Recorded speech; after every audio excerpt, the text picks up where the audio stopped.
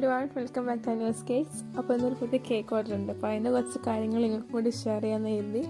അപ്പോൾ നമ്മൾ ഇന്നത്തെ ചെറിയ വ്ലോഗ് സ്റ്റാർട്ട് ചെയ്യാം. അപ്പോൾ ഇന്ന് 2 കേക്കിൻ്റെ ഓർഡേഴ്സ് ഉണ്ടായിരുന്നു. അപ്പോൾ അതിൻ്റെ സാധനമൊക്കെ രാവിലെ തന്നെ നമ്മൾ കടയിൽ പോയിട്ട് വാങ്ങി. കുറച്ച് നട്ട്സും ആൽമണ്ട്സും പിന്നെ ഹണിയൊക്കെ ആവശ്യമുണ്ടായിരുന്നു. കാരണം 2 ദിവസമായി നമ്മൾ ഹണിയുടെ കേക്ക് കൂടുതൽ പോകുന്നുണ്ട്. അതുമാത്രമല്ല, പിന്നെ നമ്മൾ പ്രിൻറ്റിംഗ് പ്രസ്സിൽ പോയിട്ട് നമ്മുടെ കേക്കിൻ്റെ എംബ്ലവും കൂടി നമ്മൾ സ്റ്റിക്കറാക്കിയിട്ട് മേടിച്ചിട്ടുണ്ടായിരുന്നു.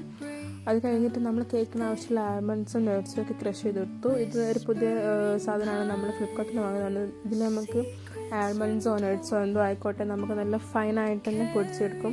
കാരണം ഇത്രയും നല്ല നൈസ് സ്ലൈസസ് ആയിട്ട് നമുക്ക് കിട്ടും. അപ്പോൾ നമുക്ക് കേക്ക് ഡെക്കറേറ്റ് ചെയ്യാനൊക്കെ അടിപൊളിയായിരിക്കും. അപ്പോൾ ഇത് കഴിഞ്ഞിട്ട് നമ്മൾ കേക്കിൻ്റെ കാര്യത്തിലേക്ക് പോയി. അപ്പോൾ ആദ്യം തന്നെ എഗ്ലെസ് കേക്ക് ആയിരുന്നു. അപ്പോൾ അത് നമ്മൾ ആദ്യമേ ഓവനിൽ വെച്ചിട്ടുണ്ടായിരുന്നു.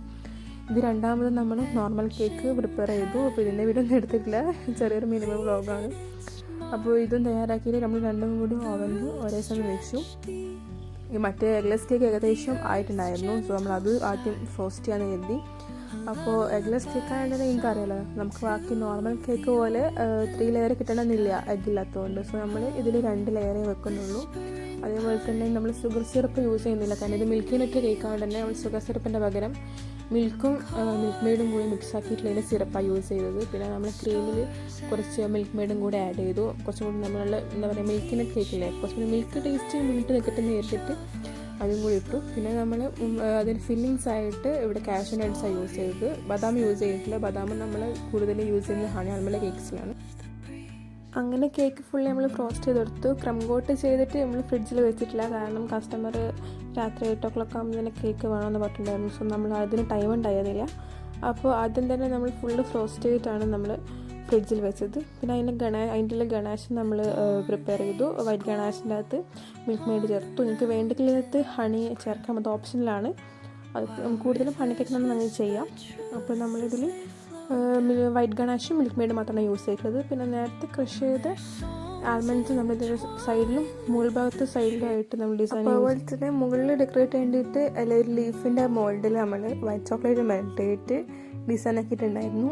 അതും പിന്നെ നമ്മൾ ഒരു വൈറ്റ് ഗോൾഡൻ ബോളും ആയിട്ടുള്ള ചോക്ലേറ്റ് നമ്മൾ യൂസ് ചെയ്തു. അപ്പോൾ അതാണ് ഫൈനൽ ലുക്ക്. ദെൻ നമ്മൾ നെക്സ്റ്റ് കേക്ക് ഹണി ആൽമണ്ട് കേക്കിലെ വർക്കിലേക്ക് നമ്മൾ കടന്നു. അപ്പോൾ ഇത് നോർമൽ കേക്കാണ്. അപ്പോൾ ഇത് നമ്മൾ 3 slice ആയിട്ട് തന്നെ കട്ട് ചെയ്തെടുത്തു. ഇത് നമുക്ക് അത്യാവശ്യം നല്ല കേക്കാണ് കിട്ടിയത്. എഗ്ലെസ് കേക്ക് ആകുമ്പോൾ നമുക്കൊരു ടെൻഷൻ ഉണ്ടാവുള്ളൂ, കാരണം അത് നന്നാവുമോ ഇല്ലയോ നമുക്ക് ടെൻഷനായിരിക്കും. അപ്പോൾ ഇവിടെ നമ്മൾ ഇതിൽ ഷുഗർ സിറപ്പിൻ്റെ പകരം നേരത്തെ യൂസ് ചെയ്ത് സെയിം സിറപ്പ് തന്നെയാണ് യൂസ് ചെയ്തിട്ടുള്ളത്.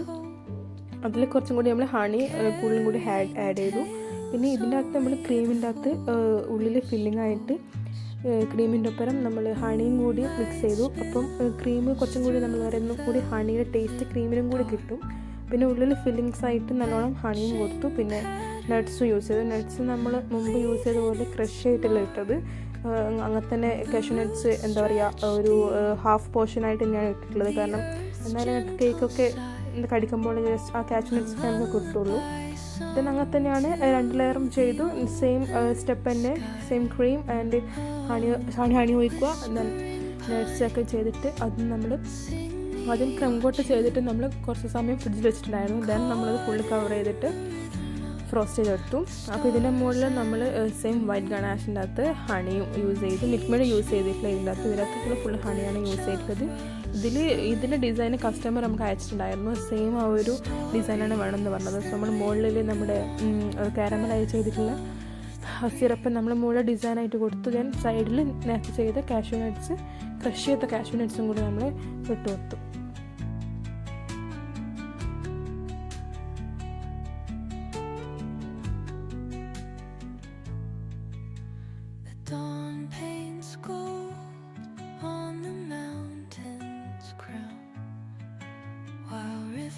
Whisper truth as they flow down,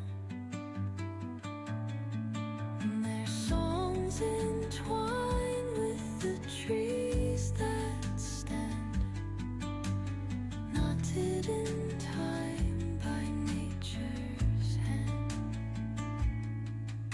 Each echoing step on the forest floor opens a അപ്പോൾ ഇതായിരുന്നു നമ്മൾ 2 കേക്ക്. അപ്പോൾ എല്ലാവർക്കും ഇഷ്ടപ്പെടുന്നെങ്കിൽ ലൈക്ക് ചെയ്യുക, ഷെയർ ചെയ്യുക, സബ്സ്ക്രൈബ് ചെയ്യുക.